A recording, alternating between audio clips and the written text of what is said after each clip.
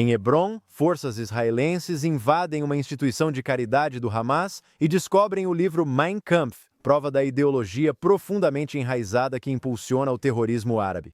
Mais tarde na semana, o ex-refém Avinatan Or retornou a Samaria, enquanto homens armados da autoridade palestina patrulhavam ilegalmente por perto, conhecidos por atacarem judeus. Enquanto infiltrações na Judéia e Samaria aumentam, legisladores dos Estados Unidos da América pressionam por um plano de 2 estados. Vamos cobrir todas essas histórias e muito mais no Judaization de hoje. Bem-vindos ao Judaization desta semana na televisão do Jewish News Syndicate. Sou Josh Hasten, correspondente do Jewish News Syndicate News, destaque principal da semana. Talvez vocês não vejam isso como a principal notícia, mas eu acho que é. E eu acho que isso realmente chega ao cerne do que está acontecendo aqui em Israel, e especificamente na Judéia e Samaria. Então, as forças de defesa de Israel divulgaram um comunicado dizendo que realizaram buscas nos escritórios da Associação de Caridade Islâmica, seja lá o que isso signifique, em Hebron, em esforço para impedir o financiamento do terrorismo e confiscar materiais que incitam. E o que eles encontraram nessa organização de caridade em Hebron? Cópias de Mein Kampf. Isso vai direto ao cerne do que enfrentamos hoje em Israel. Você quer saber como aconteceu o massacre de 7 de outubro? O que levou ao massacre de 7 de outubro? O ódio absoluto ao povo judeu em Israel e em todo o mundo? Eles decidiram atacar porque isso faz parte de sua fundação, ideologia, o ódio aos judeus e ao povo judeu. Não é só sobre israelenses. Isso é central para o que vivemos em Israel, por isso considero importante entender. E, aliás, em Gaza também, tropas voltaram da guerra dizendo que encontraram cópias do livro de Hitler nas casas de Gaza também.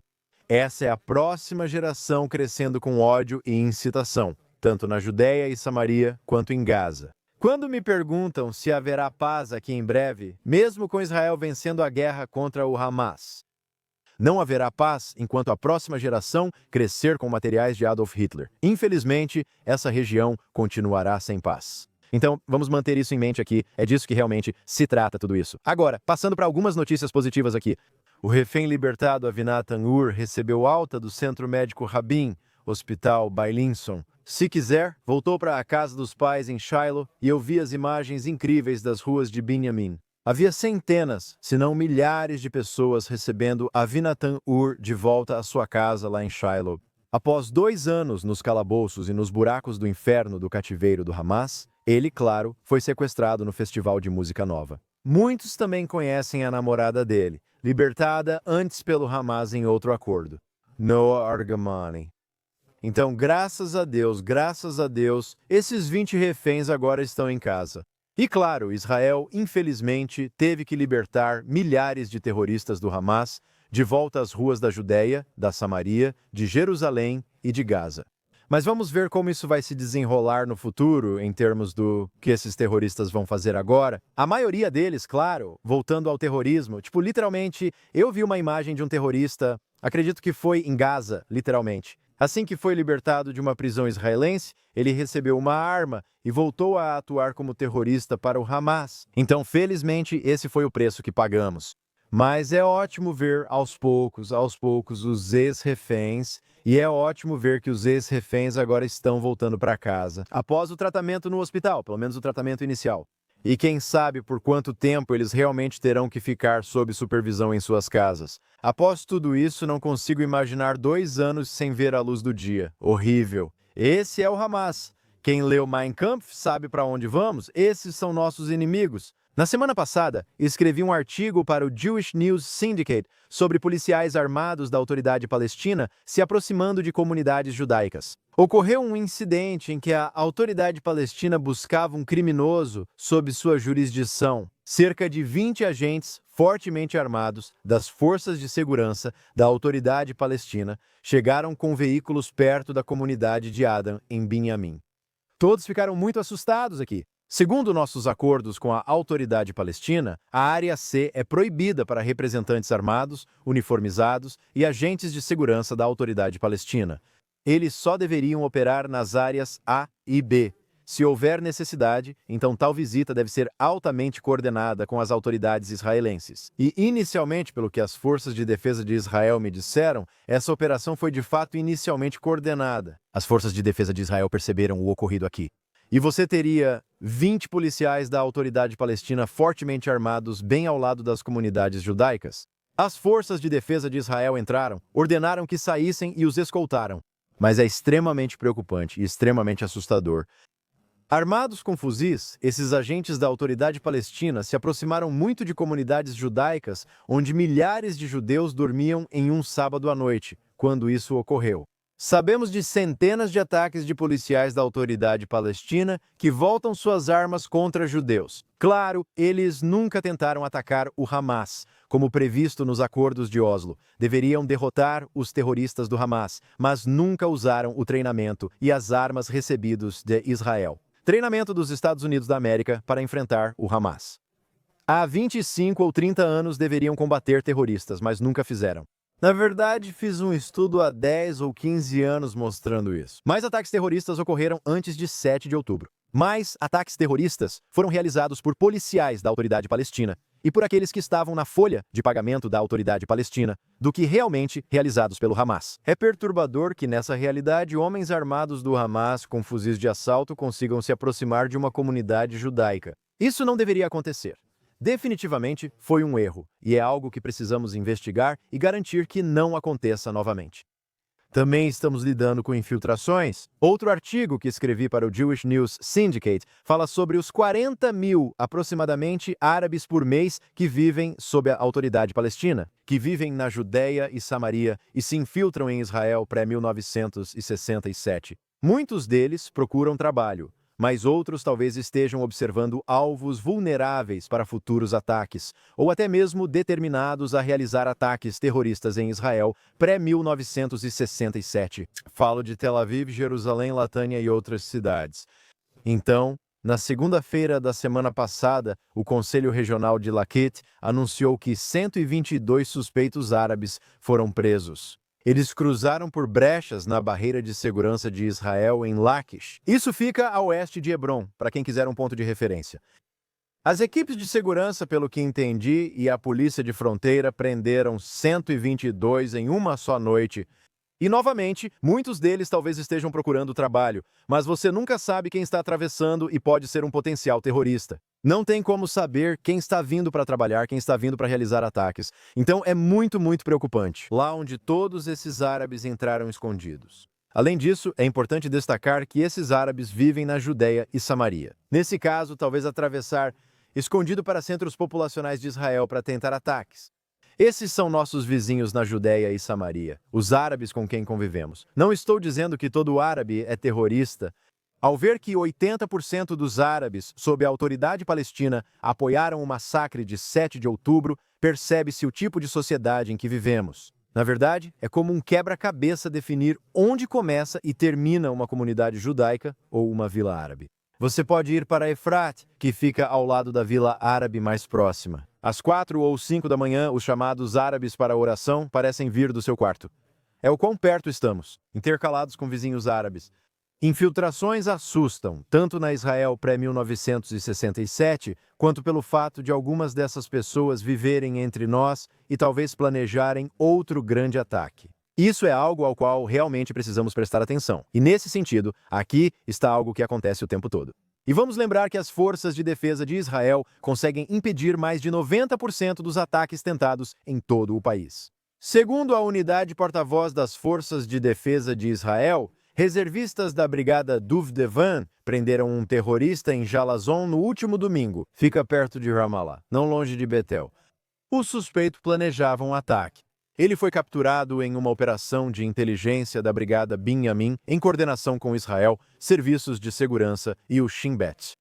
Ele foi transferido para as agências de segurança para interrogatório. A prisão ocorreu durante uma ampla operação de brigada nas últimas semanas em todos os chamados campos de refugiados, que na verdade são bairros da região de Binyamin. A brigada faz buscas, prende suspeitos e destrói armas e laboratórios de foguetes já mencionados encontrados na região.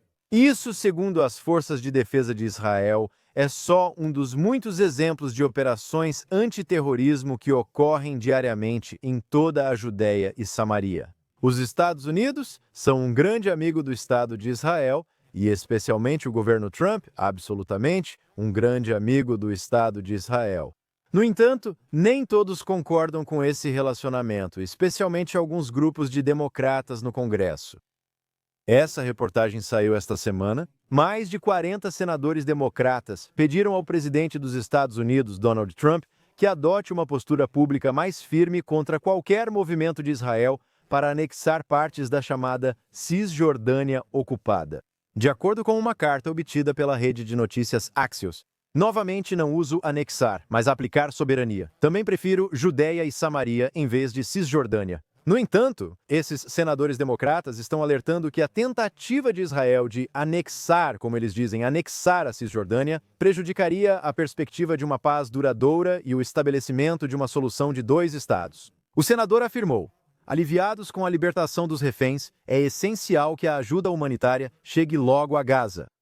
Acrescenta que os Estados Unidos da América devem rejeitar ações que dificultem uma solução negociada de dois estados. Há quanto tempo discutimos uma solução de dois estados? Quantas vezes Israel ofereceu, por engano, uma solução de dois estados aos árabes, sob a autoridade palestina? Eles rejeitaram porque querem um estado no lugar de Israel, não dois estados. Um estado da autoridade palestina representaria uma ameaça existencial a Israel, como já afirmei. Que risco de segurança seria estabelecer outro estado a oeste do Rio Jordão? Então, minha pergunta para esses legisladores é: por que eles insistem nisso? Sabendo que isso é uma recompensa ao Hamas por ter realizado o massacre de 7 de outubro, por que insistem em impor isso a Israel se os árabes já rejeitaram várias vezes? E mesmo sendo isso Judéia e Samaria, o coração do Estado de Israel e do povo judeu, o que seria uma ameaça? Não se entrega terras a inimigos que querem sua destruição. Isso deveria encerrar o assunto. Ideologicamente, há milhares de anos não se permite domínio estrangeiro sobre qualquer parte do país. Não acho que esses senadores democratas entendam isso. Eles estão determinados a seguir esse caminho, mesmo sendo uma recompensa para o Hamas, mesmo sendo uma ameaça existencial ao Estado de Israel. Mas é nisso que eles acreditam de todo o coração, com todas as suas forças.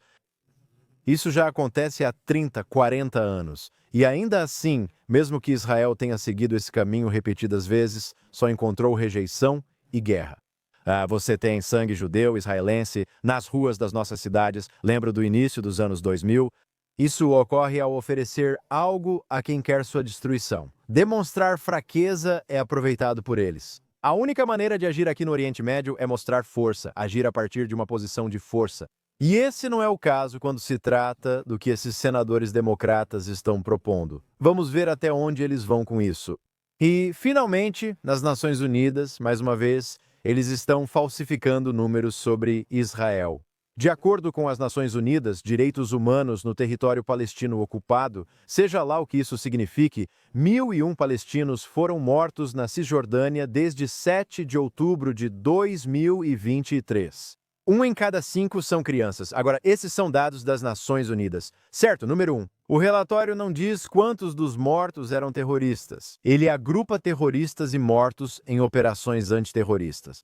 Que, aliás, essas mortes são culpa dos próprios terroristas que se escondem atrás de escudos humanos. Ele coloca todos no mesmo grupo aqui. E mais importante, diz que 1 em cada 5 dos mortos eram crianças. Quem não conhece a situação pode achar que as forças de defesa de Israel caçam crianças por esporte. É nisso que você acredita se só confiar nas estatísticas da Organização das Nações Unidas sem buscar mais informações. Quantas dessas chamadas crianças têm 16 anos, 17 anos e já tentaram assassinar judeus? Só porque eles têm menos de 18 anos e tecnicamente são considerados menores de idade, não significa que não sejam terroristas armados tentando assassinar judeus em Israel. Não caia na propaganda, não caia na conversa desses que odeiam e querem que você acredite nisso. Estamos falando de crianças inocentes brincando e as forças de defesa de Israel vão lá e as matam. Não é o caso, e as Nações Unidas não relatam isso. Não afirma que são terroristas e presume que com 16 ou 17 anos não se pode ser um terrorista armado. Quantas vezes diferentes já vimos isso? Já vimos jovens de 16 e 17 anos tentando assassinar judeus. Quantas vezes já vimos isso? Como eu disse antes. Policiais da Autoridade Palestina, apenas alguns meses atrás, 2 policiais da Autoridade Palestina, aliás, jovens policiais da Autoridade Palestina, foram até o cruzamento de Gush Eton e realizaram um ataque terrorista lá, assassinaram um israelense. Não venha me dizer que a Autoridade Palestina quer paz, que são moderados e só o Hamas é o problema. Não me venha com essa história de que jovens de 16 e 17 anos são só menores que as forças de defesa de Israel caçam por esporte. Quando, na realidade, esses são terroristas que tentam assassinar judeus. E as Nações Unidas, é claro, deixam tudo isso de fora das suas estatísticas. É isso, pessoal, no Judication desta semana. Se você tirou alguma lição deste programa inteiro, eu voltaria para a primeira história aqui. O fato de que você pode encontrar Mein Kampf dentro das casas de famílias que vivem sob a autoridade palestina, neste caso na região de Hebron, onde esses livros foram encontrados. Vimos isso repetidas vezes em Gaza, e agora estamos vendo, não pela primeira vez, mas estamos vendo aqui em Judeia e Samaria, como relatou as Forças de Defesa de Israel. Então, acima de tudo, vamos aprender exatamente com quem estamos lidando e com o que estamos lidando aqui, independentemente da situação em Gaza. Mesmo que tenhamos um cessar-fogo neste momento, a realidade ainda está aí em relação ao desejo da autoridade palestina e seus aliados de tentar assassinar o maior número possível de judeus. A ideologia ensinada nos sistemas escolares da autoridade palestina e em casa, desde cedo, merece nossa atenção. De qualquer forma, quero agradecer as pessoas por trás das câmeras aqui na televisão do Sindicato de Notícias Judaicas. Ryan Lifshitz, engenheiro extraordinário, nossa maravilhosa produtora, Esther Eden, o gerente da estação Yuri Svertsky e Zach Sickerman. Acesse a televisão do Sindicato de Notícias Judaicas para ver a programação mais recente. Programação incrível direto do nosso estúdio em Jerusalém. Curta, compartilhe e faça uma doação hoje para o Sindicato de Notícias Judaicas por todo o importante trabalho que o Sindicato de Notícias Judaicas realiza. E claro, acesse Jewish News Syndicate.org para todas as últimas notícias de última hora de Israel, do Oriente Médio e de todo o mundo judaico. Até a próxima edição do Judication. Boa semana, pessoal!